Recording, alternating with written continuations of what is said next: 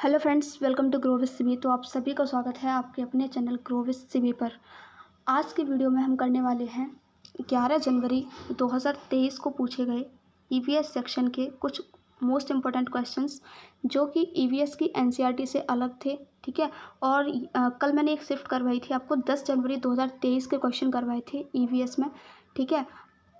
तो वो जो शिफ्ट थी उसमें मोस्टली क्वेश्चंस ऐसे थे जो ईवीएस की एनसीईआरटी से अलग थे, यानी कि वो ऐसे क्वेश्चंस थे जो अभी तक सीटेट में नहीं पूछे गए हैं, यूनिक क्वेश्चंस है। तो प्लीज़ उस वीडियो को ज़रूर वॉच करना। हो सकता है आने वाली शिफ्ट में जो अभी आपका एग्ज़ाम हो उसमें ये क्वेश्चंस पूछ लिए जाएँ।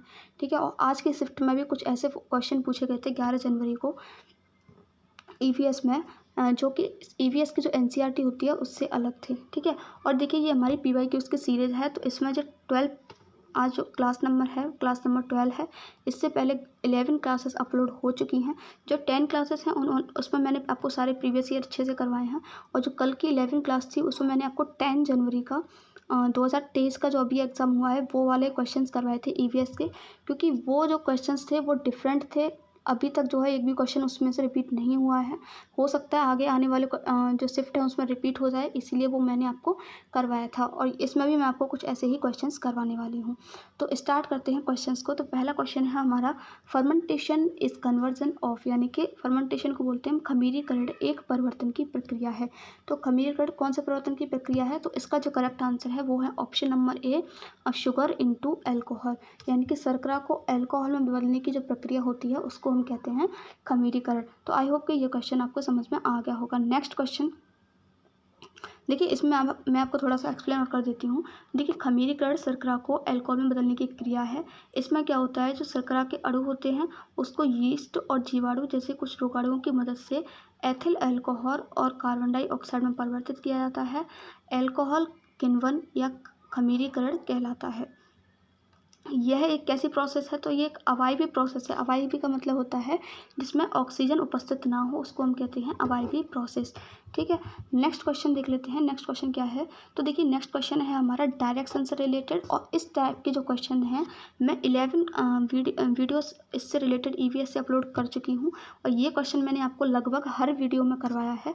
तो अभी मैं ये क्वेश्चन आपको नहीं करवाने वाली हूँ, क्योंकि ये क्वेश्चन, इस टाइप का क्वेश्चन बहुत बार रिपीट हो चुका है।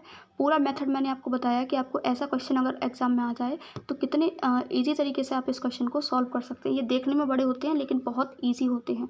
ठीक है। तो अभी हम चलते हैं नेक्स्ट क्वेश्चन पर। नेक्स्ट क्वेश्चन क्या है? Free play is where children, यानी कि स्वच्छंद खेल होते हैं जहाँ बच्चे, ये आपकी बेसिक अंडरस्टैंडिंग पर डिपेंड करता है कि फ्री खेल कौन से होते हैं। तो पहला ऑप्शन क्या है? कैन डू आउटडोर और इंडोर एक्टिविटीज़, यानी कि बाहरी अथवा भीतरी क्रियाकलाप करते हैं उनको कहते हैं। या फिर सेकंड दे रखा है, follow the rules of the play, खेल के नियमों का पालन करते हैं।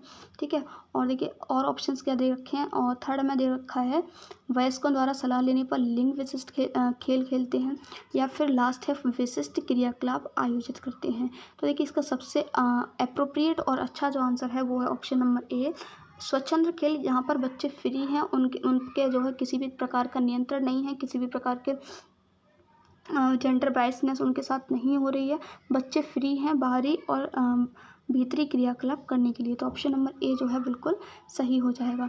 नेक्स्ट क्वेश्चन देख लेते हैं। नेक्स्ट क्वेश्चन जो पूछा गया था वो है हमारा question number 4, sprouting in seeds can take place in the absence of, यानी कि बीजों का जो अंकुरण है वो किसकी अनुपस्थिति में हो सकता है, यानी कि कौन सी चीज़ है अगर जो वहाँ पर नहीं हो बीजों के अंकुरण के टाइम, तो भी उसका जो है अंकुरण हो सकता है। तो इसका जो है करेक्ट आंसर है option number A.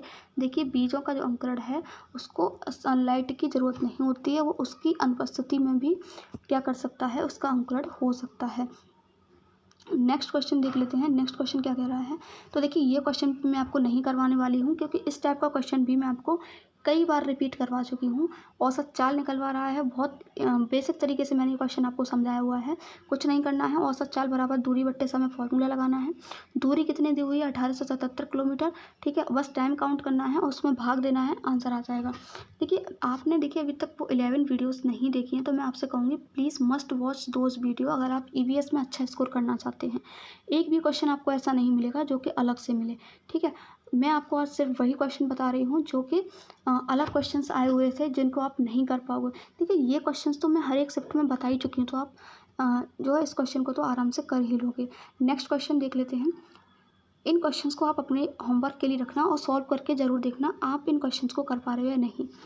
Next question जो पूछा गया था वो क्या है, pasteurised milk is heated to about, यानी कि पाश्चरीकृत दूध को लगभग ब्लैंक है, then suddenly chilled and store तक गर्म किया जाता है और फिर अचानक अति ठंडा करके भंडारण किया जाता है। तो इसका जो करेक्ट आंसर है वो है ऑप्शन नंबर डी। देखिए ये ईवीएस में ये जो क्वेश्चन है वो साइंस से पूछा गया है, साइंस विज्ञान के सेक्शन से पूछा गया है, ठीक है। तो ऑप्शन नंबर डी यहाँ पे बिल्कुल करेक्ट है। देखिए इसमें क्या होता है, इसमें जो मिल्क होता है, दूध होता है, उसको 15 से 30 सेकंड के लिए 70 डिग्री सेल्सियस पर हीट किया जाता है, ठीक है। और ऐसा क्यों किया जाता है वो भी आपको याद रखना है। तो दूध को हानिकारक सूक्ष्म जीवों से बचाने के लिए दूध का पाश्चरीकरण किया जाता है। आमतौर पर दूध को सेवन हेतु स्वस्थ बनाने के लिए भी कुछ देर के लिए जो है दूध को उबाला जाता है। तो ऑप्शन नंबर डी हमारे यहाँ पर बिल्कुल करेक्ट हो जाएगा। याद रखना, हो सकता है क्वेश्चन रिपीट हो जाए, ठीक है। नेक्स्ट क्वेश्चन जो पूछा गया था वो क्या पूछा गया था, based on the physical characteristics, यानी कि भौतिक विशेषताओं के आधार पर pumpkin plant can be classified as, यानी कि भौतिक विशेषताओं के आधार पर कद्दू के पौधे को किसमें वर्गीकृत किया गया है ये आपको बताना है। आरोही लता में, श्रब यानी झाड़ियाँ में, विसर्पी लता यानी क्रीपर में, या फिर ऑप्शन नंबर डी हर्ब में। तो देखिए ये भी बिल्कुल न्यू और यूनिक क्वेश्चन पूछा गया था, पहली बार ये क्वेश्चन पूछा गया है। इसका जो करेक्ट आंसर है वो है ऑप्शन नंबर सी, जिसका नाम है विसर्पी लता। देखिए इसके बारे में थोड़ा सा पढ़ लेते हैं कि विसर्पी लता क्या है। तो कुछ पौधों का तना इतना कमज़ोर होता है कि ये अपने आप खड़े नहीं हो पाते, तब इस तरह के पौधे ज़मीन पर ही आगे बढ़ते हैं और उन्हें हम क्या कहते हैं, विसर्पी लता कहते हैं। इनके एग्जाम्पल याद रखना। अभी देखिए कद्दू का पूछ लिया है, हो सकता है आगे आपसे लौकी का पूछ लिया जाए या फिर तरबूज का पूछ लिया जाए। इसमें देखिए होता क्या है, ये जो प्लांट होता है इसकी जो ट्रंक यानी कि जो तना होता है वो बहुत वीक होता है, इसलिए ऊपर की तरफ ना बढ़ के नीचे धरती पर ही इस तरीके से इनकी जो लताएं होती हैं वो बढ़ती हैं। तो ऑप्शन नंबर सी यानी कि विसर्पी लता बिल्कुल करेक्ट हो जाएगा। विसर्पी लता किस में पाई जाती है, तो 3 एग्जाम्पल याद रखना, लौकी, कद्दू और तरबूज, ठीक। एक और है इसमें आरोही लता, उसके बारे में पढ़ लेते हैं। जब कमज़ोर तने वाला पौधा किसी सहारे पर चढ़ जाता है तो इसे हम कहते हैं आरोही लता। देखिए आरोही का मतलब होता है ऊपर चढ़ना, तो इसी से आप अंदाज़ा लगा लेना कि जब कोई पौधा किसी सहारे पर चढ़ जाता है तो उसे कहते हैं आरोही लता। और ये किस किस की होती है, तो अंगूर की, खीरे की और मनी प्लांट की, ठीक। नेक्स्ट क्वेश्चन जो पूछा गया था, reading by touching and feeling with fingers is used by people who are unable to, यानी कि उंगलियों से छूकर और महसूस करने की क्रिया का प्रयोग उन लोगों द्वारा किया जा सकता है जो, देखिए ये क्वेश्चंस तो ईवीएस की एनसीईआरटी से पूछा गया, अगर आपने पढ़ा होगा तो आप इसको कर पाए होंगे। इसका ऑप्शन नंबर डी बिल्कुल करेक्ट है। जो लोग देख नहीं सकते हैं वो क्या करते हैं, अपनी उंगलियों से टच करके महसूस करके पढ़ते हैं। और इसमें एक चीज़ बहुत फेमस है जिसका नाम है ब्रेल लिपि, और जहाँ से क्वेश्चन पूछा ही जाता है। ये जो लिपि है वो दृष्टिबाधित लोग यानी जो लोग देख नहीं सकते हैं उनके लिए बनाई जाती है। इसमें होता क्या है, एक मोटी कागज़ की सीट होती है जिस पर कुछ बिंदु जो है, पॉइंट्स जो है उभरे हुए होते हैं, जिनको छूकर महसूस करके ये लोग क्या करते हैं, समझ पाते हैं कि क्या लिखा हुआ है। इसकी खोज किसने की थी, तो लुइस ब्रेल ने की थी, जो कि एक फ्रांसीसी लेखक थे, ठीक। नेक्स्ट क्वेश्चन क्या कह रहा है, the process of cooling due to evaporation is slow when the area of the water surface in contact with the atmosphere, यानी कि वाष्पन के कारण शीतलन की प्रक्रिया तब धीमी होती है जब वायुमंडल में जल के खुले पृष्ठ का क्षेत्रफल, तो ऑप्शन नंबर डी यहाँ पर बिल्कुल करेक्ट हो जाएगा। जब वायुमंडल में जल के खुले पृष्ठ का जो क्षेत्रफल है वो घटता है और वायुमंडलीय ताप क्या होता है, निम्न होता है, तब जो वाष्पन यानी इवापोरेशन की जो प्रक्रिया, इवापोरेशन के कारण जो शीतलन की प्रक्रिया होती है वो क्या हो जाती है, धीमी हो जाती है। तो ऑप्शन नंबर डी बिल्कुल यहाँ पर करेक्ट हो जाएगा। देखिए वाष्पीकरण क्या होता है मैं आपको बता दूं, जब आप वाटर को हीट करते हो, पानी को गर्म करते हो, पानी को गर्म करने पर आप देखते हो कुछ समय बाद उसमें जब आप उसको हीट करते रहोगे तो कटोरे में जो पानी है बिल्कुल भी नहीं रहेगा। क्यों, क्योंकि जो पानी होगा वो भाप बनकर उड़ जाएगा, और यही जो पानी से भाप बनने की प्रक्रिया होती है, द्रव से वो लिक्विड था और द्रव से वो गैस में बदल गया, इसी प्रोसेस को हम कहते हैं वाष्पीकरण, ठीक है। और वाष्पन के इस कारण शीतलन की जो प्रक्रिया होती है वो क्या हो जाती है, धीमी हो जाती है। यानी कि जब इवापोरेशन होता है तो शीतलन की प्रक्रिया धीमी हो जाती है जब वायुमंडल में जल के खुले पृष्ठ का क्षेत्रफल घटता है। और वायुमंडलीय ताप निम्न होता है। तो आई होप कि यह क्वेश्चन आपको समझ में आया होगा। नेक्स्ट क्वेश्चन देखिए, 2-4 पॉइंट्स यहाँ पे और समझ लीजिए, हो सकता है क्वेश्चन पूछ लिया जाए। आर्द्रता में कमी के साथ वाष्पीकरण बढ़ता है और आर्द्रता में वृद्धि के साथ जो वाष्पीकरण होता है वो घट जाता है। ठीक ऐसे ही अभी यहाँ से आपसे क्वेश्चन पूछा गया था क्षेत्र से। सतह क्षेत्र बढ़ने के साथ वाष्पीकरण बढ़ता है, क्योंकि जितना अधिक सतह क्षेत्र वायु के संपर्क में आता है उतने ही अधिक अणु वायु में चले जाते हैं। और टेम्परेचर का क्या इफेक्ट पड़ता है, तो जैसे ही टेम्परेचर यानी जैसे जैसे टेम्परेचर बढ़ता है वाष्पीकरण भी बढ़ता है और तापमान में कमी के साथ साथ ये भी कम होता है। वायु की गति का क्या प्रभाव होता है, तो जैसे जैसे वायु की गति तेज होती है और उसके विपरीत बढ़ने के साथ वाष्पीकरण क्या होता है, बढ़ता है। ठीक, नेक्स्ट क्वेश्चन जो पूछा गया था डिफरेंट क्वेश्चन है, याद रखना। Option number 10 question number 10, the lively dance from of Bundelkhand region is, यानी कि बुंदेलखंड क्षेत्र की फुर्तीली नृत्य शैली है। तो इसका जो करेक्ट आंसर है वो है ऑप्शन नंबर ए, स्वांग। ठीक है, ये क्वेश्चन याद रखना। जितने भी देखिए जो न्यू क्वेश्चंस आपको देखने को मिल रहे हैं उनको प्लीज़ अच्छे से याद कर लेना, क्योंकि हो सकता है नेक्स्ट शिफ्ट में ऐसे क्वेश्चंस आपसे पूछ लिए जाएं। ठीक, नेक्स्ट क्वेश्चन पूछा गया है question number 11, in case of plants identify the correct option, यानी कि पौधों के बारे में हमें सही विकल्प चुनना है। कुछ स्टेटमेंट, कुछ कथन हमें दिए गए हैं। पहला दिया गया है प्लांट्स प्रिवेंट सॉइल इरोजन, यानी कि पौधे क्या करते हैं, भूक्षरण को रोकते हैं। नेक्स्ट है dead and dried leaves are used to make fertilisers and pesticides, मृत और सूखी जो पत्तियां होती हैं वो उर्वरक और कीटनाशक बनाने के लिए प्रयुक्त होती हैं। और नेक्स्ट स्टेटमेंट है animals provide shelter for plants, यानी कि जो पशु होते हैं वो पौधों को आश्रय प्रदान करते हैं। लास्ट है पौधे हमें बीज प्रदान करते हैं जिनमें से कुछ खाए जा सकते हैं। तो इसका जो करेक्ट आंसर है वो है ऑप्शन नंबर डी, स्टेटमेंट यानी कथन ए और डी हमारा यहाँ पर बिल्कुल सही है। प्लांट क्या करते हैं, भूक्षरण को रोकते हैं और पौधे हमें क्या करते हैं, बीज भी प्रदान करते हैं जिनमें से कुछ हम लोग क्या कर सकते हैं, खा सकते हैं। देखिए, पशु पौधों को कभी भी आश्रय नहीं प्रदान करते हैं और सेकंड भी यहाँ पर गलत हो जाएगा। ठीक, नेक्स्ट क्वेश्चन देख लेते हैं। नेक्स्ट क्वेश्चन क्या कर रहा है, question number 12, parts of plants and their roles are mentioned below, यानी कि पौधों के भागों और उनके कार्यों को नीचे बताया गया है।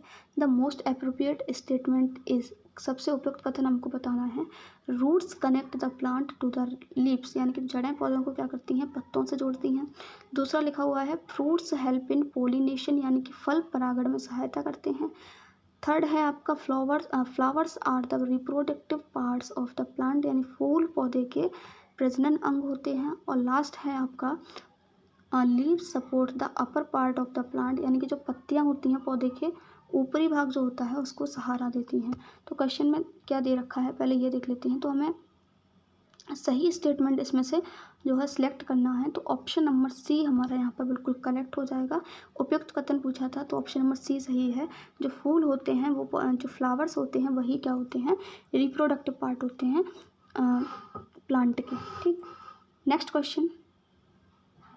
क्वेश्चन पूछा गया है select from the following a pair of union territories of India. Most repeated question है, ठीक है, ये रिपीट हुआ है क्वेश्चन। और मैंने आपसे कहा भी था संघ शासित प्रदेश और अपने भारत में कितने राज्य हैं ये सभी आपको याद रखने हैं। ठीक है, तो 28 राज्य हैं टोटल। ठीक है, और केंद्र शासित प्रदेश कितने हैं ये आपको कमेंट बॉक्स में कमेंट करना है। अभी फिलहाल जो इसका करेक्ट आंसर है वो ऑप्शन नंबर सी है, लद्दाख एंड पुडुचेरी, ये दोनों ही क्या हैं, हमारे यूनियन टेरिटरीज हैं। Next question, in a culture festival Shruti wore a traditional sari dress of Maharashtra known as, यानी कि एक सांस्कृतिक उत्सव में श्रुति ने महाराष्ट्र की एक पारंपरिक साड़ी या पोशाक पहनी थी जिसका नाम है। तो आपको ये बताना है कि महाराष्ट्र में जो है कौन सी पोशाक जो है पहनी जाती है। तो ऑप्शन नंबर बी जो है बिल्कुल करेक्ट हो जाएगा, नौवारी। ये नया क्वेश्चन है, याद रखना।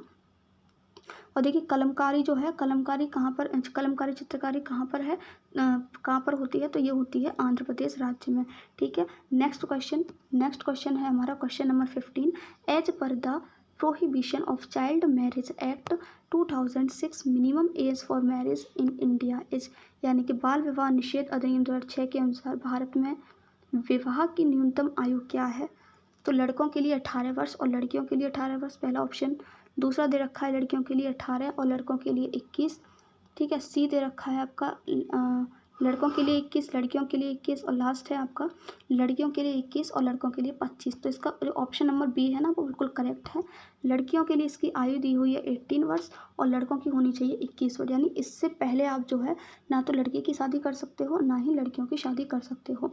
तो ये आज के ईवीएस सेक्शन के कुछ मोस्ट इंपॉर्टेंट क्वेश्चंस थे। ये इसमें बहुत सारे क्वेश्चंस ऐसे हैं जो कि ईवीएस की एनसीईआरटी से अलग थे। ठीक है, तो ये क्वेश्चंस आप अच्छे से तैयार कर लेना। हो सकता है कि आने वाले एग्जाम्स में यहाँ से क्वेश्चंस रिपीट हो जाएं।